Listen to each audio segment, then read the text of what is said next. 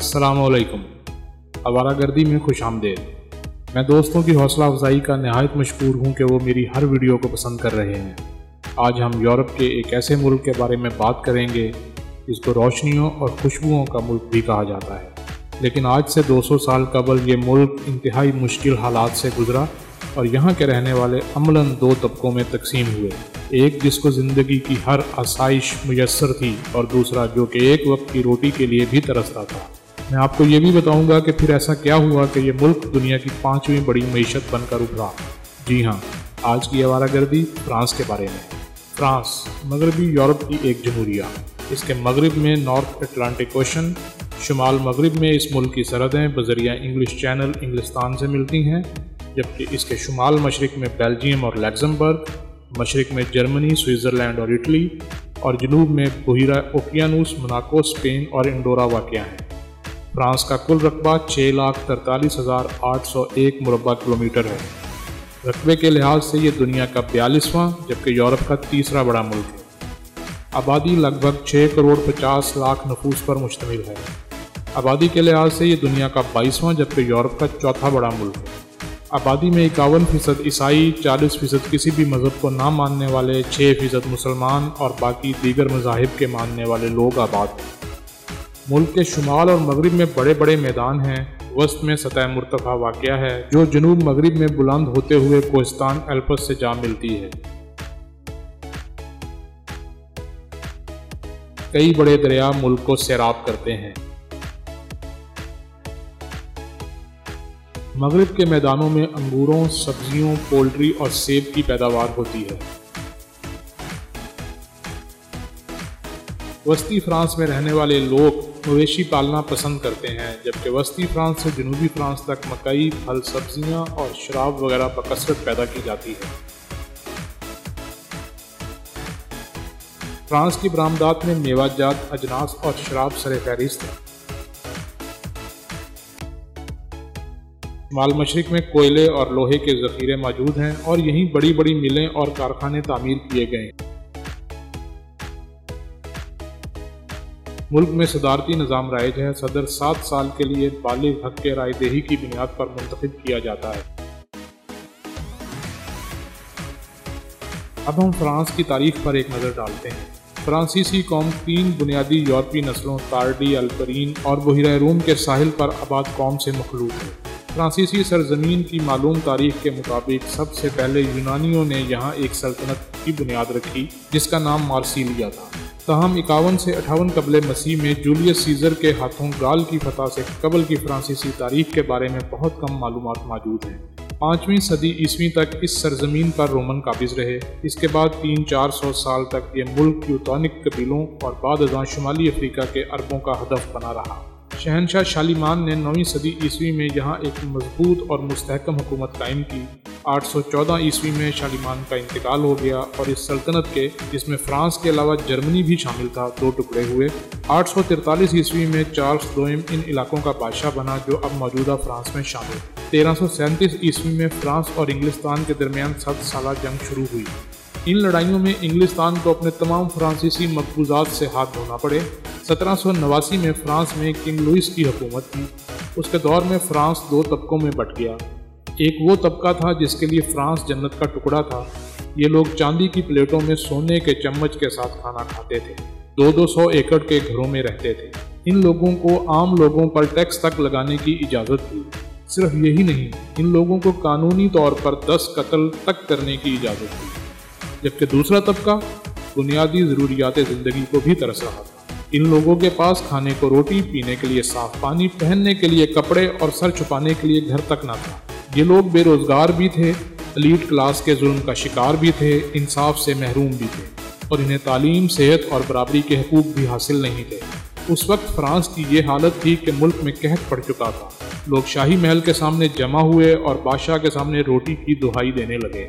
یہ وہی واقعہ تھا جس کے آخر میں بادشاہ کی نوجوان ملکہ نے کہا تھا کہ اگر ان لوگوں کو روٹی نہیں ملتی تو یہ لوگ کیک کھا لیں۔ اس دور میں لوگ روتے رہے اور ملک کا بالائی طبقہ ان کے رونے پر ہنستا رہا۔ اس وقت فرانس میں رشوت کو قانونی شکل حاصل ہو چکی تھی اور پیرس میں رشوت کے بغیر مردوں کی تدفین تک ممکن نہ تھی۔ سارا سرکاری نظام بیٹھ چکا تھا اور لوگوں کے لیے سانس تک لینا مشکل تھا۔ ان حالات میں 14 جولائی 1789 کو لوگوں کا ایک چھوٹا سا گروہ اٹھا، انہوں نے ہاتھوں میں ڈنڈے اٹھائے اور پیدل پیرس کی طرف چل پڑے۔ حکومت نے شروع میں ان لوگوں کو باغی قرار دیا اور فوج کو انہیں کچلنے کے لیے بھیج دیا، لیکن فوج کے پہنچنے سے پہلے ہی یہ چھوٹا سا گروہ ہزاروں لاکھوں کی فوج بن چکا تھا۔ لوگوں کی یہ فوج ایک ماہ کے اندر پیرس پہنچ گئی۔ انہوں نے پیرس کے ہر اس شخص کا گلا کاٹ دیا جو ہر روز شیو کرتا تھا، جو دن میں 3 بار کھانا کھاتا تھا، جس کے گھر میں رات کے وقت روشنی ہوتی تھی اور جس کے پاس کپڑوں کا ایک سے زائد جوڑا ہوتا تھا۔ تاریخ خون کے اس کھیل کو انقلاب فرانس یا فرینچ ریولوشن کہتی ہے۔ اس انقلاب میں فرانس کے محروم طبقوں نے بلائی طبقوں کے تمام لوگوں، تمام وزیروں، تمام سفیروں، تمام تاجروں، صنعت کاروں، بزنس مینوں، تمام زمینداروں، سرمایہ کاروں اور خوشحال لوگوں کو قتل کر دیا۔ ان لوگوں نے بادشاہ کے محل پر حملہ کیا، بادشاہ کو باہر نکالا، اسے سڑکوں پر گھسیٹا اور ہزاروں لوگوں کے سامنے سولی پر چڑھا دیا، جبکہ اس کی جوان سالہ ملکہ کو 6 بائی 6 فٹ کے ایک چھوٹے سے مورچے میں بند کر دیا۔ ملکہ کے لیے یہ سزا اس قدر اذیت ناک تھی کہ صرف 1.5 ماہ میں اس کے سر کے سارے بال سفید ہو گئے۔ یہ انقلاب 1792 تک قائم رہا۔ اس ہنگامے میں نپولین بوناپارٹ کی مقبولیت میں اضافہ ہوا، جس کی فتوحات کا سلسلہ بالآخر برطانوی جنرل ولنگٹن نے ختم کیا۔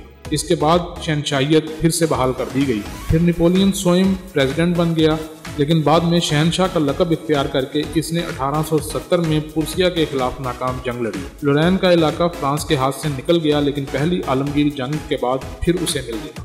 دوسری جنگ عظیم میں جرمنی نے بہت جلد فرانس کو ملغوب کر لیا اور یہ ملک ہتھیار ڈالنے پر مجبور ہو گیا، لیکن جنرل ڈے گال نے لڑائی جاری رکھنے کے لیے ایک عارضی کمیٹی تشکیل دی، جس نے فرانسیسی شمالی افریقہ میں حکومت قائم کر کے جرمنی کے خلاف اپنی کوششوں کو جاری رکھا۔ یہاں بھی 1943 میں جرمنی کا قبضہ ہو گیا۔ لڑائی کے بعد انتخاب میں جنرل ڈے گال مختلف سیاسی جماعتوں کو ایک مرکز پر جمع کرنے میں ناکام رہا اور اس نے استعفیٰ دے دیا۔ 1946 میں ملک میں ایک نیا دستور نافذ ہوا، جس میں چوتھی بار جمہوریت کی تجدید کا اعلان کیا گیا، لیکن اس جمہوریت کو بھی سیاسی استحکام نصیب نہ ہو سکا۔ آئے دن وزارتیں بدلتی رہتی تھیں۔ 1958 میں حالات اور بھی بدتر ہو گئے۔ اس کے ساتھ ہی الجیریا میں موجود فرانسیسی فوجوں نے بغاوت کر دی اور جنرل ڈے گال کو برسر اقتدار لانے کا مطالبہ کیا۔ بالآخر حکومت کی باغ دوڑ ایک بار پھر جنرل ڈے گال کے سپرد کر دی گئی۔ اس نے پرانا آئین منسوخ کر کے ملک میں نیا آئین نافذ کیا، جس کے مطابق صدر کو کافی حد تک اختیارات حاصل ہو گئے۔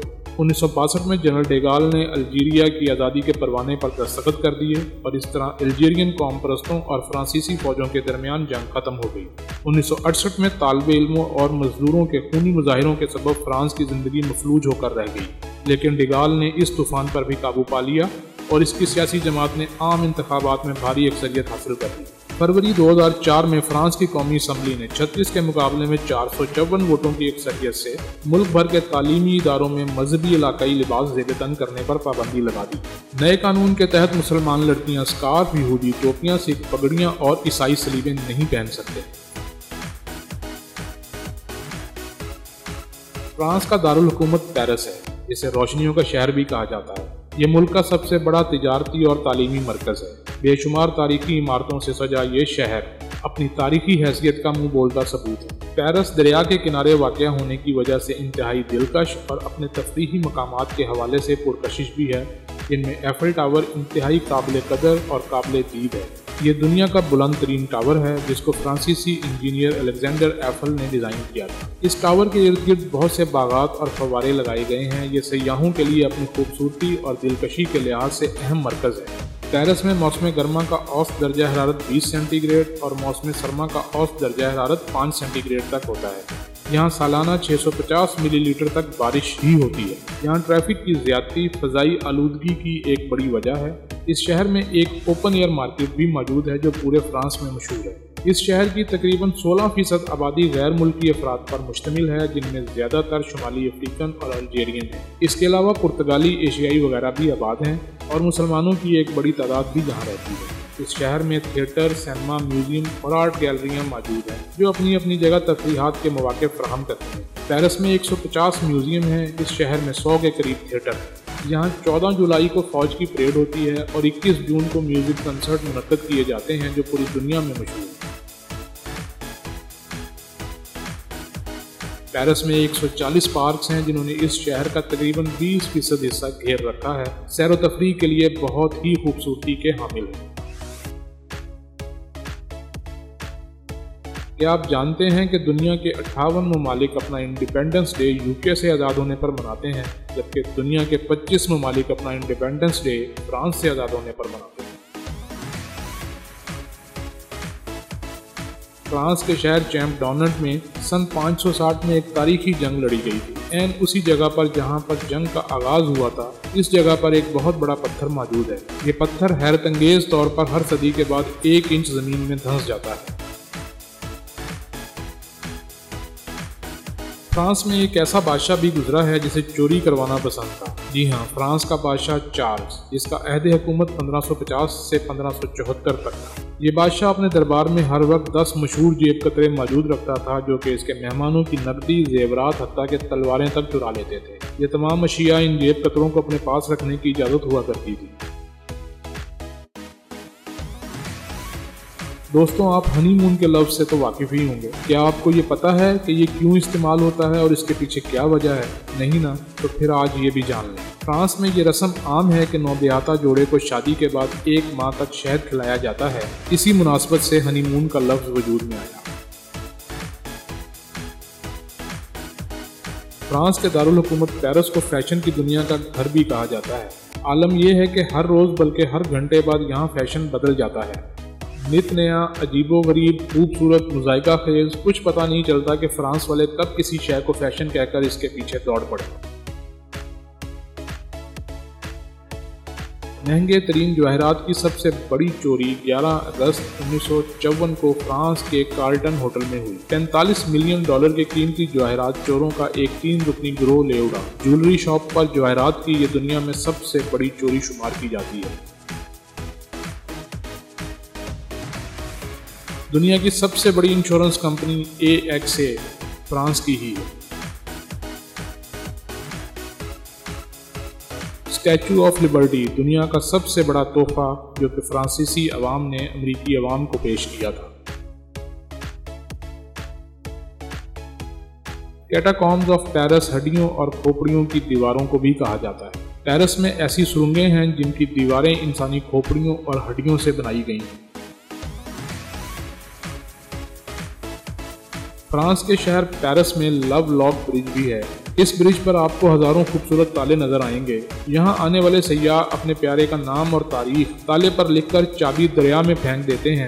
ان کے مطابق ایسا کرنے سے ان کا پیار ہمیشہ ان کے ساتھ رہتا ہے۔ اپریل فول کی شروعات بھی 1564 میں فرانس سے ہی ہوئی تھی۔ فرانس دنیا کا ایسا پہلا ملک ہے جس نے ہم جنس پرستی کو قانونی قرار دیا۔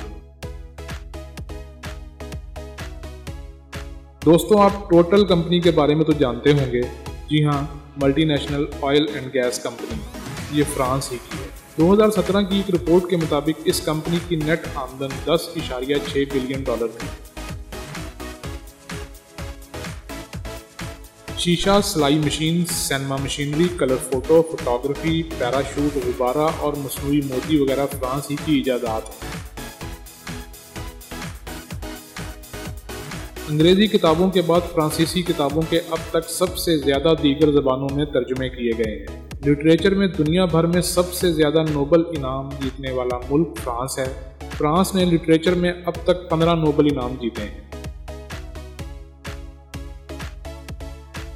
یورپ میں سب سے زیادہ موٹے افراد فرانس میں ہی ہیں۔ فرانس اپنی خوبصورتی کے لحاظ سے دنیا بھر میں مشہور ہے۔ دنیا میں سب سے زیادہ ٹورسٹ جس کنٹری کا رخ کرتے ہیں وہ فرانس ہی ہے۔ فٹ بال فرانس کا قومی کھیل ہے اور 2018 میں فرانس دوسری بار فیفا ورلڈ کپ جیت کر ورلڈ چیمپئن بنا۔ یورو فرانس کی کرنسی ہے۔ گارلک روسٹر، پمی جانور اور ایریز فرانس کا قومی پھول۔ دوستو، یہ تھی آج کی آوارہ گردی۔ امید ہے آپ کو پسند آئی ہوگی۔ اس طرح کی مزید ویڈیوز حاصل کرنے کے لیے چینل کو سبسکرائب کر لیں۔ اب اجازت دیں، آوارہ گردی کی نئی قسط کے ساتھ جلد ہی حاضر ہوں گے۔ اللہ حافظ۔